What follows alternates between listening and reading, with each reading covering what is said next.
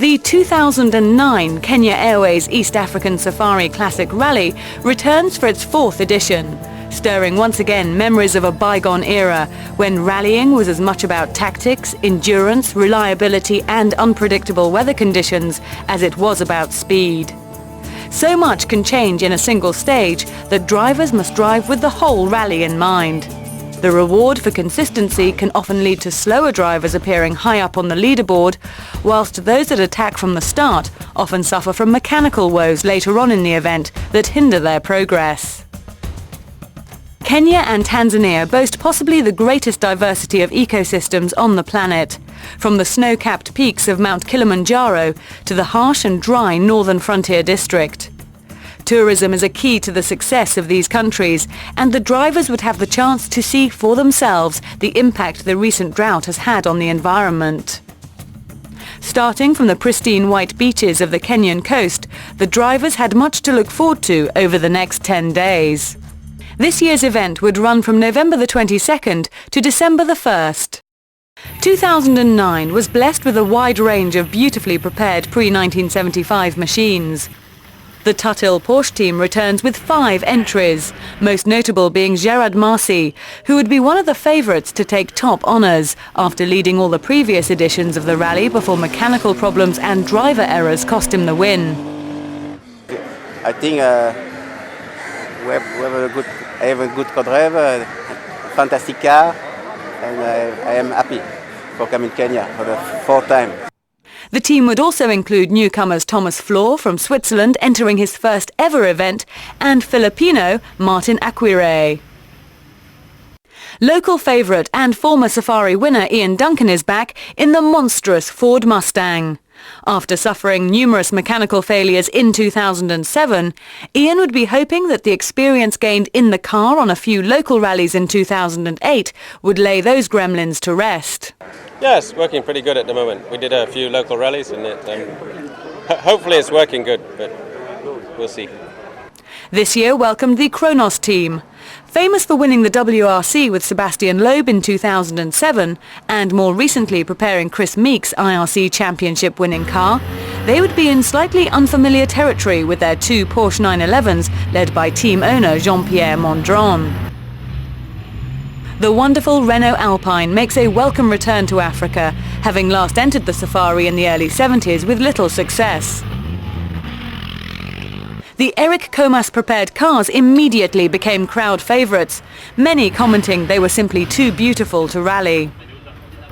Every year attracts a husband and wife team, and this year would be no exception, with the Porsche 924 of Jean-Marc and Patricia Bussolini. The Peugeot 504 Coupe of Jean-Louis Jucholt and Steve Funk was raising money for Jamii Bora, a microfinancing organisation that helps to alleviate poverty in Africa with support for small businesses. However, the biggest story leading up to the start was the welcome return of defending champion Bjorn Voldegaard. A last-minute deal with Iqbal Sagu to drive his Porsche 911 with Iqbal in the navigator seat meant that Bjorn would once again be able to defend his crown. Although first off the ramp, they would be running with number 47 on the door. It was a deal happening in the 11th hour.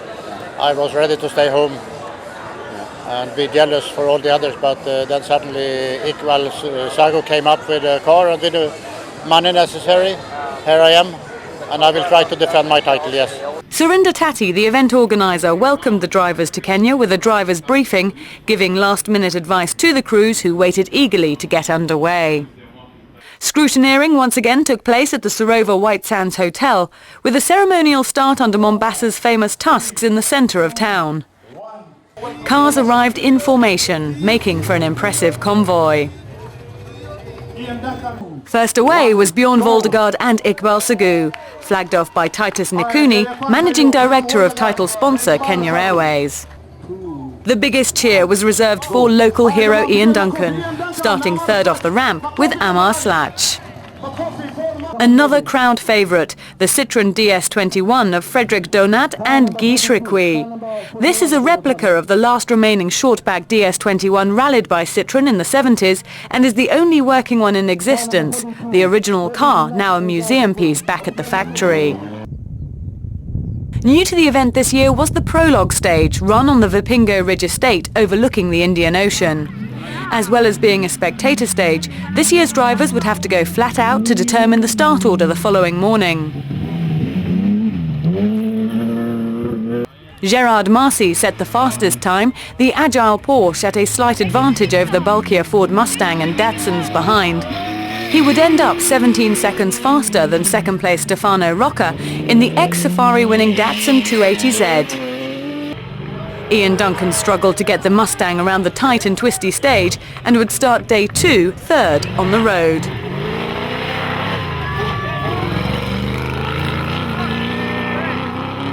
The biggest movers on the leaderboard were the young Savage brothers, Quentin and Russell, who were fourth fastest in the nimble Datsun 180B. Sadly for Jean-Michel Martin, this would be the only stage he would complete. Terminal engine damage meant that he would be the event's first retirement of the day. However, he would rejoin the event after repairs allowed in the regulations. The rally proper would begin on Monday morning, with a slippery run through the coconut trees from the coast inland to Savo country before a final section through the never-ending corners of the Taita Hills. Overnight rain meant that the drivers would have a tough opening section, giving many a glimpse of what the rally had in store for them. Duncan was immediately fastest through the opening stage, setting a blistering time on a stage that local drivers would be very familiar with, having rallied on it only 2 weeks before in a local event. Graham Alexander was second fastest as he tried to recover positions lost the previous day. Voldegaard was next, Iqbal in the unfamiliar position of navigating a former world champion and more accustomed to the driving seat.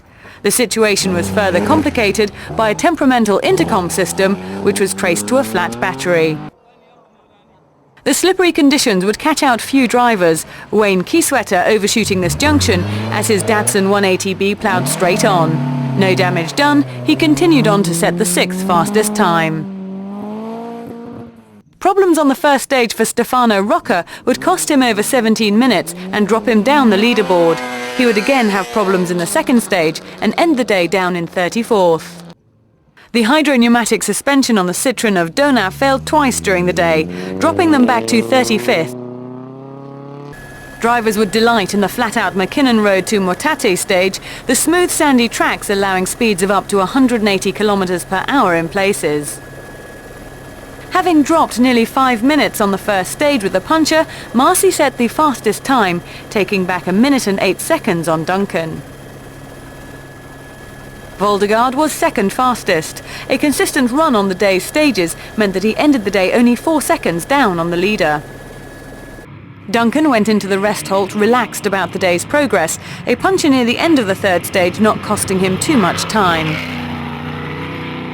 Steve Perez would be fastest on the tight and twisty Taita Hills section, ending the day in 5th behind Graham Alexander.